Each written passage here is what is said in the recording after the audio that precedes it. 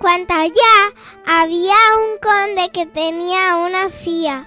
Al señor del lugar no ni gustaba que la cortejase un mozo del pueblo.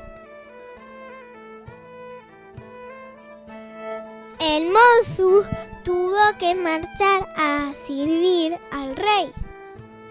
Y entonces el padre encantóla na cueva de Bocibram para que no volviera a verlo.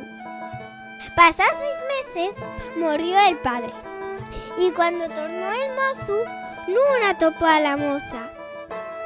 Entrugó a todo el mundo, pero nada más supieron y decir que el padre encantóla, pero que no sabían dónde. Un día, mientras el mozo estaba pel monte, oyó a un pastor cantar. Neña que estás encantada, na cueva Bocibram.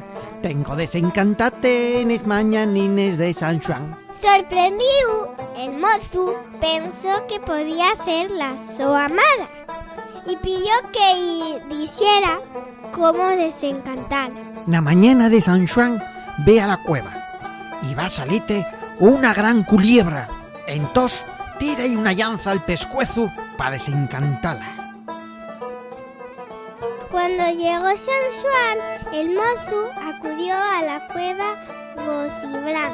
La culebra, tal como dijo el pastor, salió de la cueva. El mozo, en sin miedo, clavó la llanza en el pescuezo. Y sí, la culebra convirtióse en su amada.